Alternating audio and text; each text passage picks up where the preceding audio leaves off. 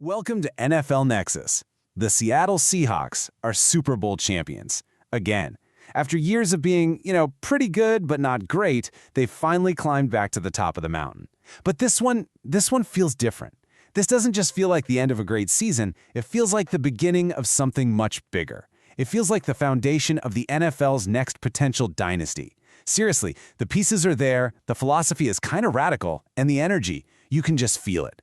So today, we're going to do a deep dive. We're breaking down exactly how they got here, from the really painful end of one era to the absolutely brilliant start of this new one.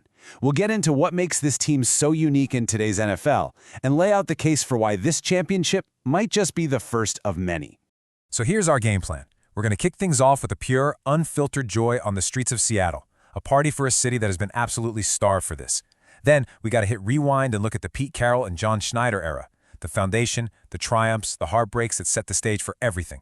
After that, we'll get into the genius move of hiring the NFL's youngest head coach, a defensive mastermind in a league completely obsessed with offense. From there, we got to talk about the players, the incredible human stories of the comeback kids who really powered this team. And finally, we'll put all the pieces together and ask the big question: is Seattle looking at the start of a brand new dynasty? All right, let's start right in the middle of it all on the streets of Seattle. Just picture this. It's a freezing cold day in February, but nobody cares, not one bit. The entire downtown area is just a sea of wolf gray, navy, and action green. It's like this one giant living organism just pulsing with pure, uncorked happiness. For a city that's seen so much sports heartbreak, and I mean from gut-wrenching losses to losing an entire team, this was way more than just a parade. It was like a citywide exhale, a release of decades of hope and frustration, all just exploding in one amazing, unforgettable day. And this right here, this simple question from a kid to his dad in the middle of all that chaos, just captures everything perfectly. Is this why people love sports? And the answer is just yes, 1,000 times yes. That cuts right to the heart of it, doesn't it? It's not about the stats, it's not just about the final score, it's about this shared collective feeling. It's a kind of magic that brings an entire diverse city together, from 4 generations of a family all huddled up to some dude with a neon green mohawk screaming his head off. This is it. This is exactly why we love it. And the sheer scale of this thing was just mind-boggling. We're talking an estimated 1 million people. 1 million. That's more people than actually live in the city of Seattle. I mean, they came from everywhere. They were packed onto buses, crammed into light rails. I saw people weaving through the crowds on electric unicycles. They were climbing light poles, hanging off balconies, filling every single possible crack and crevice just to catch a glimpse. It was just a snapshot of humanity, all there for one reason, and it tells you everything you need to know about how rare and how precious these moments are for Seattle. This timeline right here, this tells the whole story of why it felt so huge. You have to understand the history here. Before the Seahawks' first Super Bowl win back in 2014, just look at that gap. The city's last big parade for a men's pro team was the Supersonics in 1979.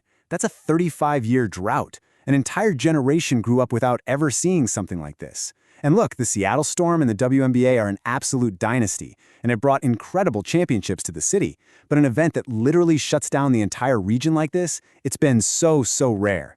For tons of people in that crowd, this was a legitimate once-in-a-lifetime experience.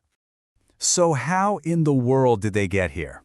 To really get this championship, you have to go back. You have to look at the 14-year journey that built a whole foundation.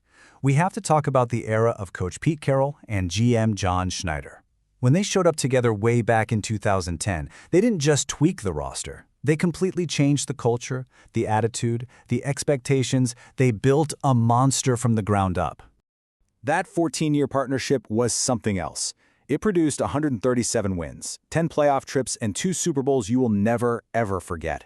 I mean, they hit the absolute highest of highs, that complete, systematic decimation of the record-setting Broncos in Super Bowl 48 to win the city's first ever Lombardi. But they also hit the most soul-crushing, franchise-altering low you can imagine. The goal line interception against the Patriots a year later. That one play, that single decision, it cast this long, dark shadow over the team for almost a decade. And after that heartbreak, the team entered this weird, frustrating new phase. They were always good, right? They made the playoffs 5 more times, but they never really felt like a true threat again. The perfect way to describe it was that they were just treading water. They had a high floor. With Pete's culture, they were never going to be terrible. But the ceiling felt so low. The feeling just started to grow, that as great as Pete Carroll was, a new voice, a new direction, was needed to get back to the top. And that meant that John Schneider, now with full control, had to make some incredibly hard and honestly pretty painful decisions. Pete Carroll's exit was awkward. He was publicly given an advisor title, but yeah, he never really came back to the building, and that was the end of that. Then, Schneider showed he was willing to get ruthless, man. He systematically moved on from the very legends who won that first ring. He broke up the Legion of Boom, saying goodbye to guys like Richard Sherman and Earl Thomas, and then he made the biggest move of all, trading franchise quarterback Russell Wilson. But this right here, this quote, this really shows the tightrope that Schneider had to walk. He was tearing down a team that the city absolutely loved. But as star receiver Doug Baldwin said, even when guys totally disagreed with the move, they respected the man making it. Schneider himself called them shitty decisions. It's a tough business. But he did it in a way that, as Baldwin put it, humanized the cold, hard world of the NFL. He somehow kept the respect of the players, even as he was taking apart the team they built together.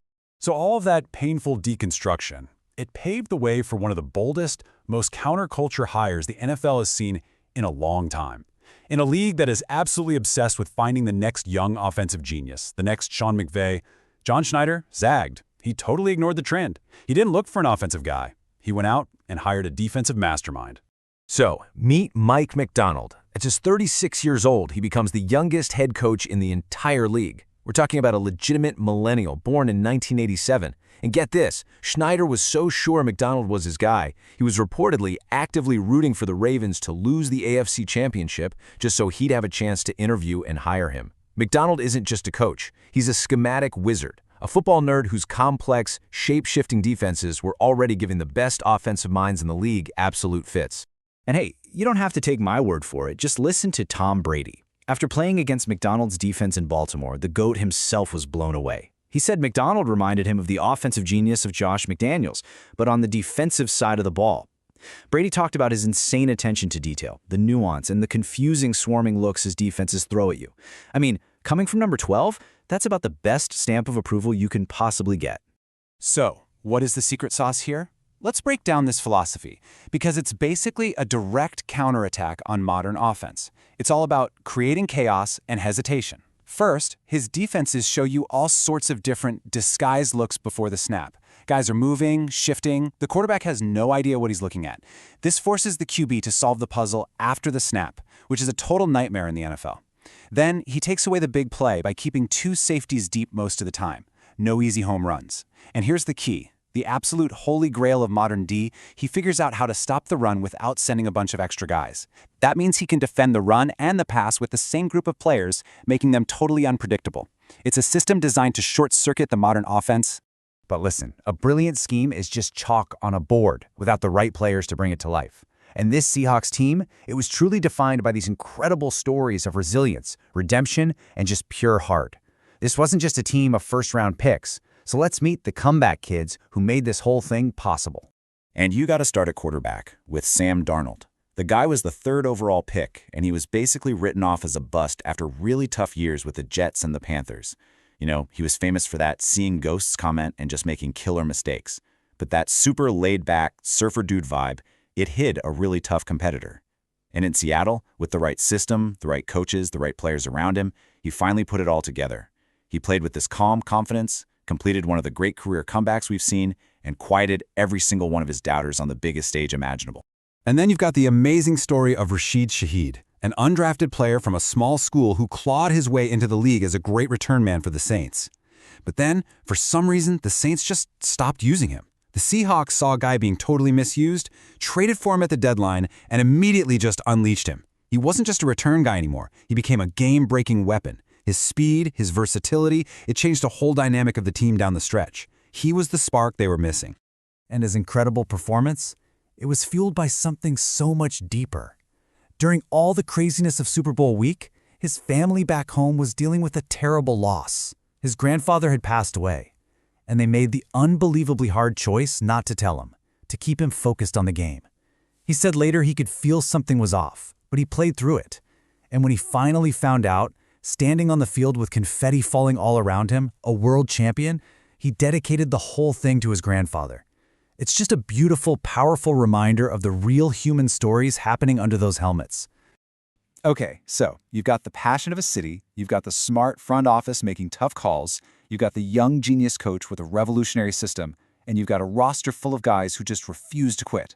So what does all that add up to? Well, every single sign is pointing to this being way more than a one-year wonder. This really truly looks like the start of a budding dynasty in Seattle. And here's why. Let's look at the evidence. First, this roster is super young, with its main guys locked into team-friendly long-term deals. That gives them a ton of flexibility. Second, they have this huge first-mover advantage with McDonald's defense. While the rest of the league spends years trying to copy it, Seattle is already perfecting it. And third, and this might be the most important part, the culture is amazing. Players keep describing the locker room like it's a college team. It's fun, they're all connected, there's no drama, everyone's bought in. That is the perfect recipe for winning for a long, long time. And that feeling, it's not just inside the building, it's all over the city. Even Seattle royalty like Jeff Ament, the legendary bassist for Pearl Jam, can see what's happening. Before the Super Bowl even started, he was already texting about the future, sending a message that just said, "Feeling great about the next few years. We young," smiley face. That simple text, that little smiley face, it says everything. There's this genuine belief, this infectious energy around this team that feels like it's built to last. And that leaves us with this one last, huge question that could really define the next era of the NFL. For the last 15 years, it's been an offensive arms race. Every team is looking for the next offensive guru. The Seahawks zagged. They bet their entire future on the idea that a defensive genius can build a modern dynasty. So the question isn't just, can they win another Super Bowl? It's bigger. It's whether they can prove to the whole league that in this offense-crazed world, a truly revolutionary defense is still the best way to build a dynasty. What do you all think? Let us know in the comments below. And hey, if you enjoyed this breakdown, do me a favor and hit that like button. And definitely subscribe to NFL Nexus for more explainers just like this one. Also, you can help support the channel by checking out our coloring books. They're perfect for kids, grandkids, and hey, even for adults. You can find the link in the description or just scan the QR code you see on the screen now. Thanks for watching.